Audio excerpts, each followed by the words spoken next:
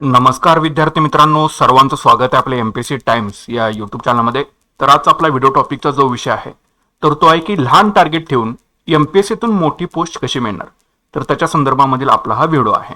जर तुम्ही कंबाईनची तयारी करत असाल 2026 साठी तर तुम्ही डेफिनेटली हा व्हिडिओ बघा.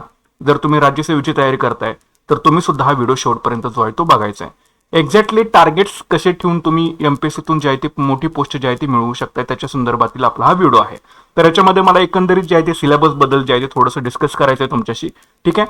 तर याच्यामध्ये एक्झॅक्टली होतं काय, तर लक्षात ठेवा की एमपीएससीचा ज्यावेळी आपण सिलेबस बघतो त्यावेळेला आपल्याला भीती वाटत राहते की इतका मोठा सिलेबस आपण पूर्ण करू शकू का, असा प्रश्न जो आहे तो प्रत्येकाच्या मनामध्ये येतो. साहजिकच आहे. जर तुम्ही नवीन असाल तर तरी सुद्धा तुमच्या मनामध्ये येतो.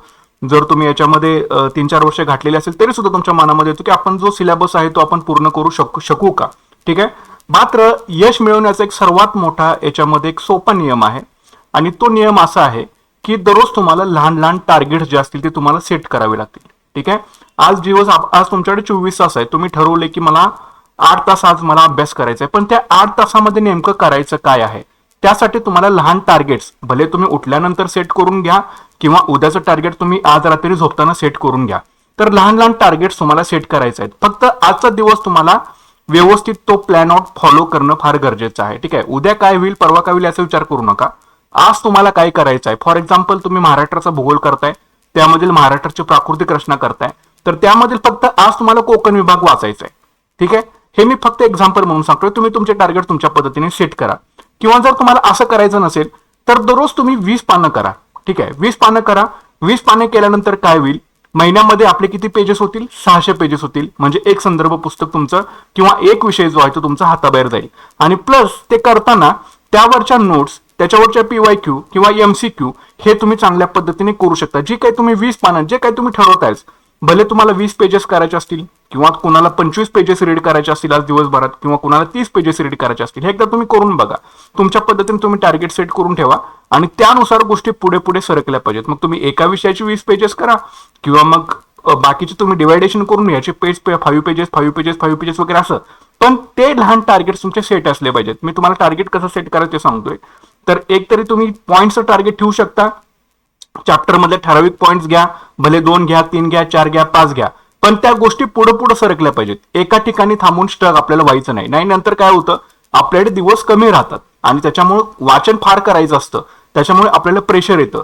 हे जर तुम्हाला प्रेशर यायला नको असेल तर आत्तापासूनच तुम्हाला स्मॉल टार्गेट्स ठेवा. एकतरी पॉईंटचं टार्गेट ठेवा किंवा एकतरी पेजेसचं टार्गेट ठेवा रेफरन्स पुस्तकाच्या. ऑलरेडी तुम्हाला रेफरन्स पुस्तकं सगळे सांगितलेले आहेत आणि ते नुसतं फक्त वाचायचं नाही. भले 20 पेजेस असतील किंवा 25 पेजेस असतील, त्यावरच्या नोट्स व्यवस्थित बनवा. त्याची PYQ बघा कसे आलेले आहेत त्या पॉईंट्स वरती आणि त्याच्यावरती MCQ कशा प्रकारे येऊ शकतात त्याचा देखील तुमच्या बॅक ऑफ माइंडला विचार सुद्धा असला पाहिजे. ठीक आहे. तर करताना अशा पद्धतीने गोष्टी पुढे पुढे पुढे सरकल्या पाहिजे. तुमच्या स्मॉल टार्गेट सेट करून ठेवायचे तुम्हाला. ठीक आहे. त्याच्यानंतर दररोज 25 प्रश्न विश्लेषणासहित सोडवा. त्याचे जे काही 4 पर्याय असतील दिलेल्या प्रश्नाचे एमपीएससीचे जे काही PYQ आलेले असतील त्यातले 25 प्रश्न तुम्ही ठरवून घ्या. मला रोज 25 प्रश्न मी करणार म्हणजे करणारच आहे. ठीक आहे. आणि त्याच्या खाली जे काही 4 पर्याय तुम्हाला दिलेले असतील त्याचं विश्लेषण किंवा तो मुद्दा शक्यतो तिथेच कसा कव्हर होईल.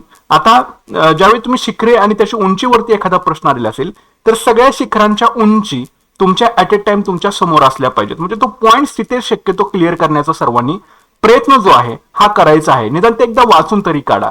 म्हणजे काय होईल, एकदा तुम्हाला सवय लागून जाईल. लक्षात घ्या. आणि असं सुद्धा तुम्ही कॅल्क्युलेट केलं तर हा सुद्धा आकडा महिनाभरामध्ये जर तुम्ही केला तर फार मोठा असू शकतो. सांगायचं तात्पर्य काय आहे की सगळंच एकदम कव्हर अप होणार नाही. ठीक आहे. एमपीएससीच्या तयारीसाठी 1 वर्ष आपल्याला द्यावं लागतं. ठीक आहे. कंबाईनची परीक्षा जून मध्ये आहे, मेन्स डिसेंबर जानेवारी मध्ये होईल. त्याच्यामुळे आपल्याकडे कम्प्लिटली वर्षभर आहे. त्यातला आता 1 महिना तरी गेलंच. मी ऑलरेडी सांगितले फेब्रुवारी मार्च एप्रिल हे आपल्याला फार महत्वाचे आहेत. ठीक आहे. आपल्याला ते अजिबात मिस आउट करून चालणार नाही. त्याच्यामुळे तुम्ही दररोज थोडे थोडे का होईना टार्गेट्स ठेवा. जशी परीक्षा येईल तसं त्याच्यामध्ये थोडंसं वाढवत चला टार्गेट्स. डेफिनेटली तुमचा अभ्यासक्रम पूर्ण होईल आणि तुम्हाला एखादी चांगली पोस्ट जी आहे ही तुम्हाला मिळू शकेल. मात्र त्यासाठी लहान लहान पावलं उचलणं तुम्हाला फार गरजेचं आहे. लक्षात ठेवा.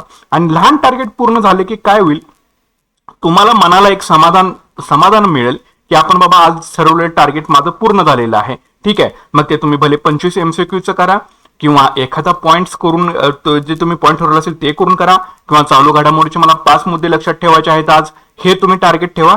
पण जे काही तुम्ही टार्गेट ठरवलेलं असेल हे तुम्ही ज्यावेळेला कंप्लीट कराल त्यावेळेला तुमच्या मनाला एक समाधान मिळेल, सॅटिस्फॅक्शन मिळेल, तुमचं कॉन्फिडन्स लेवल वाढेल आणि हळूहळू तुमची अभ्यासाची सवय जी आहे ही तयार होईल. एका दिवसामध्ये सगळा विषय संपणार आहे का, तर डेफिनेटली संपणार नाही. त्यासाठी लहान लहान पावलं जे आहेत ते आपल्याला मिळवायचे आहेत आणि मोठे यश जे असतं हे एका दिवसामध्ये तुम्हाला मिळणार नाही, ते दररोज केलेल्या छोट्या छोट्या प्रयत्नांमधूनच तयार होतं.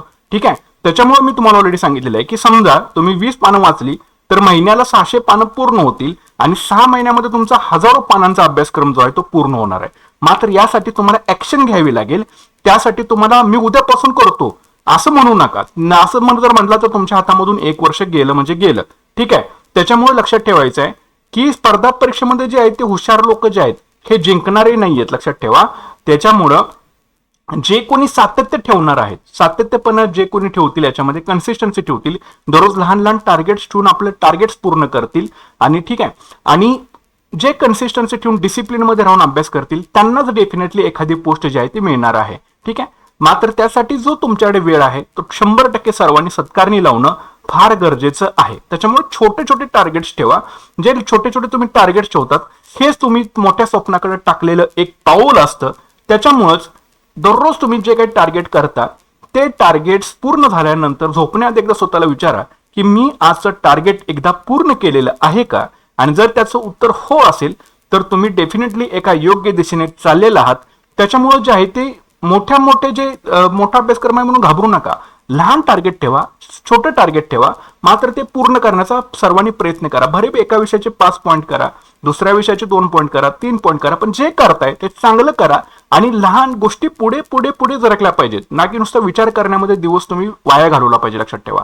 त्याच्यामुळे हेच मला तुम्हाला सांगायचं आहे. अजूनही वेळ गेलेली नाही, तुमच्याकडे वेळ आहे, लक्षात घ्या. मात्र ती वेळ कशी सत्कारणी लावायची हे सगळं तुमच्या हातामध्ये आहे. आजचाच दिवस तुमचा आहे, उद्या काय होणार आहे तुम्हाला माहित नाही.